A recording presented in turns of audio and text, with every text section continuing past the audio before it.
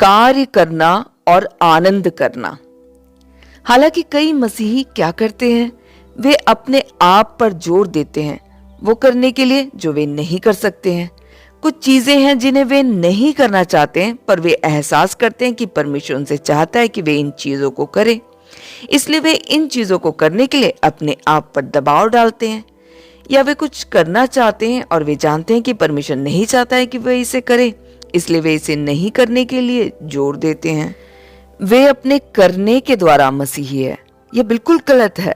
यह इसहाक नहीं है, क्योंकि वहां कोई आनंद नहीं है। चीजों को करने का उचित तरीका जीवन के द्वारा है जो परमेश्वर ने मसीह में हमें दिया है। यह जीवन सहज ही करता है जो परमेश्वर हमें कराना चाहता है। यह हमें कुछ भी करने के लिए बाध्य नहीं करता है।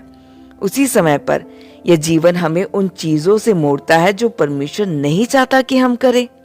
परिणाम स्वरूप हमें कुछ चीजों से मुड़ने के लिए अपने आप पर जोर लगाने की जरूरत नहीं है।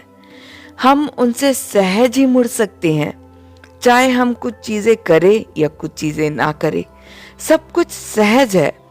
हमें अपने आप से कुछ चीजों को करने के लिए जबरदस्ती करने की जरूरत नहीं है। यह इसहाक है।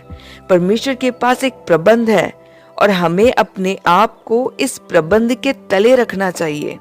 यह इसहाक होना है। जब इब्राहिम इसहाक को परमेश्वर को चढ़ाने वाला था तो इसहाक ने केवल एक प्रश्न पूछा, होम बलि के लिए भेड़ कहाँ है?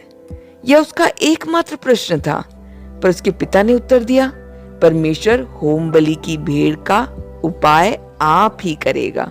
यह इसहाक की विशिष्टता है। यह विशिष्टता परमेश्वर के प्रबंध को आनंद करने के लिए है। 3 विशेष अनुभव जिनका एक मसीही को अनुसरण करना चाहिए। फिर इसहाक के परमेश्वर का अर्थ क्या है? इसहाक के परमेश्वर का अर्थ है कि परमेश्वर की सारी मांग, उम्मीदें और स्तर जो उसने इब्राहिम में बनाए, अकेले परमेश्वर के द्वारा पूर्ण किए गए। इब्राहिम में हम परमेश्वर के उद्देश्य को देखते हैं और इसहाक में हम परमेश्वर के जीवन के कार्य को देखते हैं। इब्राहिम में परमेश्वर की मांग और स्तर को देखते हैं, जबकि इसहाक में हम परमेश्वर के प्रबंध और भंडार को पाते हैं। इब्राहिम का परमेश्वर के पात्र के लिए स्तर को तय करने के बारे में कहता है। इसहाक का परमेश्वर तथ्य के बारे में कहता है कि सभी जीवन और सामर्थ जो एक को ऐसे पात्र बनने और ऐसे एक स्तर तक पहुंचने के लिए जरूरत है, परमेश्वर के पुत्र से आती है। इसहाक पुत्र है और पुत्र पिता से सब कुछ पाता है। पुत्र के लिए वहां अपनी शक्ति से संघर्ष करने की कोई जरूरत नहीं है। हम परमेश्वर के लक्ष्य तक मात्र इब्राहिम के परमेश्वर को जानने से नहीं पहुंचेंगे। परमेश्वर के लक्ष्य तक पहुंचने के लिए हमें इसहाक के परमेश्वर को जानना सीखना होगा। पर हम यहाँ रुक नहीं सकते हैं। हमें याकूब के परमेश्वर को भी जानना चाहिए। केवल इब्राहिम को पाना काफी नहीं और केवल इसहाक को जोड़ना काफी नहीं, याकूब को भी जोड़ा जाना चाहिए। याकूब धूर्त और धोखेबाज व्यक्ति था, फिर भी वह परमेश्वर से मिला। परमेश्वर को इसहाक में कार्य पूर्ति का काम था, जबकि उसका याकूब में कार्य मारना और अनुशासन का कार्य था। ये दोनों प्रकार के कार्य अलग हैं। परमेश्वर हमेशा इसहाक को आपूर्ति कर रहा था, जबकि वह हमेशा याकूब को खाली करता था। इसहाक ने प्रभु के सामने निरंतर अनुग्रह प्राप्त किया, जबकि याकूब में हम पवित्र आत्मा को हमें अनुशासित करने को देखते हैं। इसहाक हमें जयवंत जीवन के आनंद के अर्थ को दिखाता है, जबकि याकूब हमें स्वाभाविक जीवन से निपटने के अर्थ को दिखाता है। इसहाक हमें मसीह के पुनरुत्थान के जीवन की समृद्धि को दिखाता है, जो कि परमेश्वर ने अपने संतानों को दिया है, जबकि याकूब हमें दिखाता है कि कैसे परमेश्वर स्वाभाविक जीवन, प्राण के जीवन और शारीरिक जीवन के साथ निपटता है, जब तक एक दिन जड़ काटी जाती है और जांघ के नस को छुआ जाता है।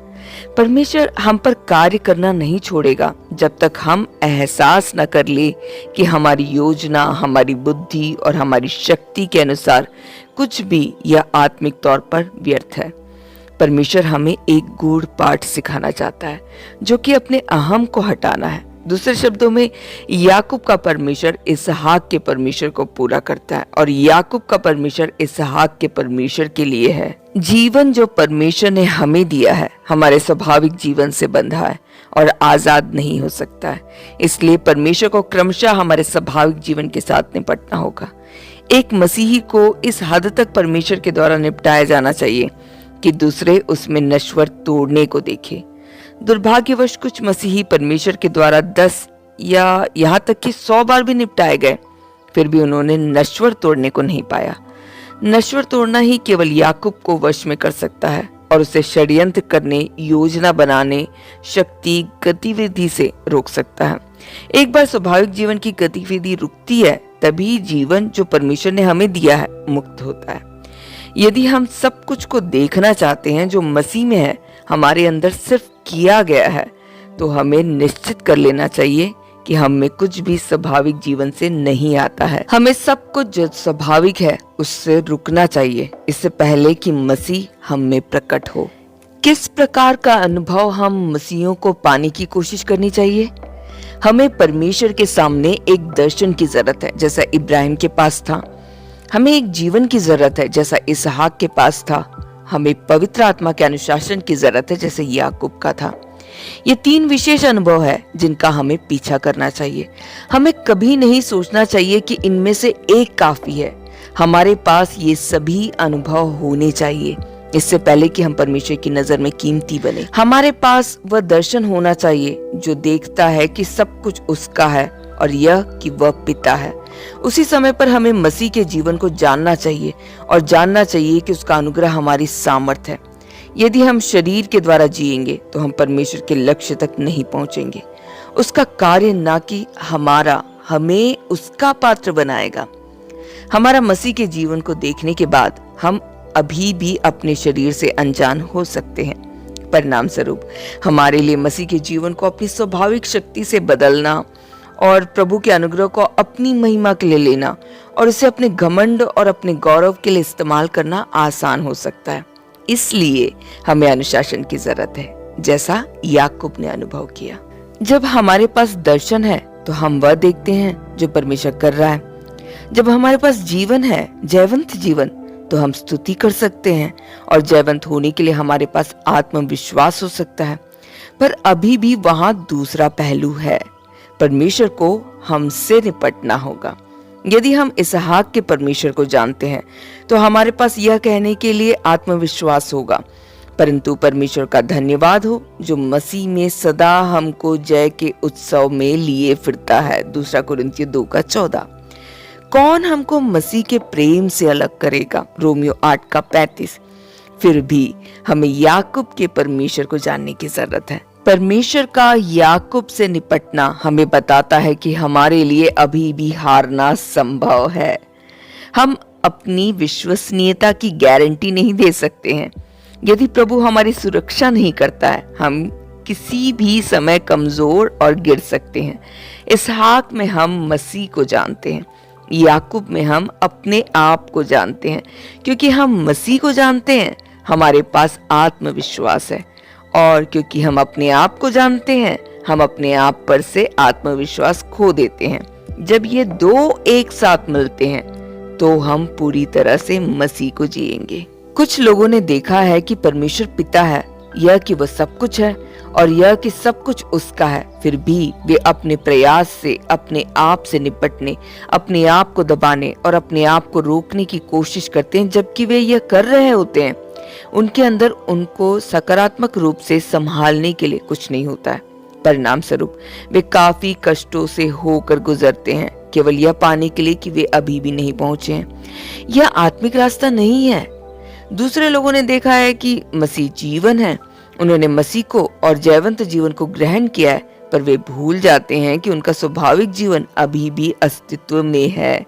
उन्होंने नहीं देखा है कि उनके स्वाभाविक जीवन को निपटाए जाने की जरूरत है, जिस प्रकार उनके पाप को निपटाए जाने की जरूरत है। परिणाम स्वरूप वे गलती से उन चीजों को जो स्वाभाविक जीवन से संबंध रखती है को जयवंत जीवन का प्रकटीकरण समझ बैठते हैं। फिर से यह आत्मिक मार्ग नहीं है। यह एहसास करना काफी नहीं है कि मसीह जयवंत जीवन है। हमें स्वाभाविक जीवन को भी देखने की जरूरत है। हमारे लिए परमेश्वर के लोग होने पात्र होने, उसकी गवाही बरकरार रखने और उसके लक्ष्य तक पहुंचने के लिए हमें परमेश्वर को इब्राहिम के परमेश्वर, इसहाक के परमेश्वर और याकूब के परमेश्वर के रूप में जानना होगा। ये सारे अनुभव जरूरी है, केवल एक या दो होना काफी नहीं है। वह दिन आएगा जब परमेश्वर हमारी आंखों को अपनी मांगों का दर्शन देखने के लिए खोलेगा। वह दिन आएगा जब परमेश्वर हमारी आंखों को मसीह में अपने कार्य को देखने के लिए खोलेगा, और यह कि मसीह हमारा जीवन है। वह दिन आएगा जब मसीह हमारी आंखों को यह देखने के लिए खोलेगा कि उसे हमारे स्वाभाविक जीवन को छूना है और उसकी शक्ति को तोड़ना है। यदि हम इन तीन चीजों को देखते हैं तो हम आगे बढ़ेंगे। मैं दोहराता हूं कि ये तीन चीजें विशेष अनुभव है। जैसे कि परमेश्वर ने अपने आप को इब्राहिम को प्रकट किया और इब्राहिम का परमेश्वर बन गया, उसे हमारा परमेश्वर बनने के लिए अपने आप को हम पर प्रकट करना होगा। जिस प्रकार इसहाक का परमेश्वर बनने के लिए उसने अपने आप को इसहाक से प्रकट किया, उसे हमारा परमेश्वर बनने के लिए अपने आप को हम पर प्रकट करना होगा। जिस प्रकार याकूब का परमेश्वर बनने के लिए उसने अपने आप को याकूब से प्रकट किया, उसको हमारा परमेश्वर बनने के लिए अपने आप को हम पर प्रकट करना होगा। हमें परमेश्वर को इन तीन पहलुओं में जानना चाहिए। हमें परमेश्वर के इब्राहिम का परमेश्वर, इसहाक का परमेश्वर और याकूब का परमेश्वर होने के अर्थ को जानना होगा। हमारे पास ये तीन अनुभव होने चाहिए इससे पहले कि हम एक उचित तरीके से बढ़ सके। अध्याय 8, नए नियम में इसहाक, मसीह में परमेश्वर के प्रावधान। मसीह में परमेश्वर के द्वारा तैयार की गई विरासत। हम जानते हैं कि एक मनुष्य अनुग्रह के द्वारा उद्धार पाता है, ना कि व्यवस्था के द्वारा। लेकिन इसका मतलब यह नहीं है कि अनुग्रह हमारे उद्धार तक सीमित है। एक तरफ रोमियो की पुस्तक हमें बताती है कि एक पापी अनुग्रह के द्वारा उद्धार पाता है, दूसरी तरफ गलातियों की पुस्तक हमें बताती है कि अनुग्रह के द्वारा एक व्यक्ति का उद्धार होने के बाद उसे अनुग्रह में आगे चलना चाहिए। रोमियो बताता है कि एक मसीही अनुग्रह के द्वारा शुरू करता है, जबकि गलातियों हमें बताता है कि एक मसीही अनुग्रह में जारी रहता है। गलातियों 3:3 कहता है, आत्मा की रीति पर आरंभ करके अब शरीर की रीति पर अंत करोगे। इसलिए केवल आरंभ के लिए एक मसीही को अनुग्रह पर निर्भर नहीं होना है, उसे निरंतर अनुग्रह पर निर्भर होना है। जब एक व्यक्ति का उद्धार होता है तो उसे कुछ भी अपने खुद की शक्ति से करने की जरूरत नहीं है। जो उसे करना है केवल परमेश्वर के अनुग्रह पर भरोसा करना है। जैसे वह प्रगति करता है, वह अभी भी अपने खुद के सामर्थ्य के द्वारा कुछ नहीं करता है। एक बार फिर जो उसे करना है केवल परमेश्वर के अनुग्रह पर भरोसा करना है। यह है इसहाक की विशेषता। यह परमेश्वर के अनुग्रह में जारी रहने का विषय है। न केवल हमारी शुरुआत अनुग्रह का विषय है, परंतु हमारा जारी रहना भी अनुग्रह का विषय है। शुरू से अंत तक यह ग्रहण करने का विषय है। नए नियम में हमारा इसहाक मसीह है। वह परमेश्वर का इकलौता पुत्र है। वह हमारे लिए इसहाक बना ताकि हम उसमें परमेश्वर की विरासत को अनुभव करें। बाइबल हमें दिखाती है कि विरासत के दो पहलू हैं जो मसीह में परमेश्वर के द्वारा हमें दिए गए हैं। एक तरफ हम मसीह में हैं, दूसरी तरफ मसीह हम में है। दूसरे शब्दों में परमेश्वर का हमें मसीह में जोड़ने के दो पहलू हैं।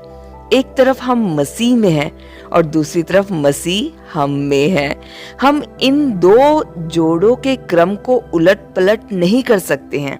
पहले हम मसीह में हैं, उसके बाद मसीह हम में है।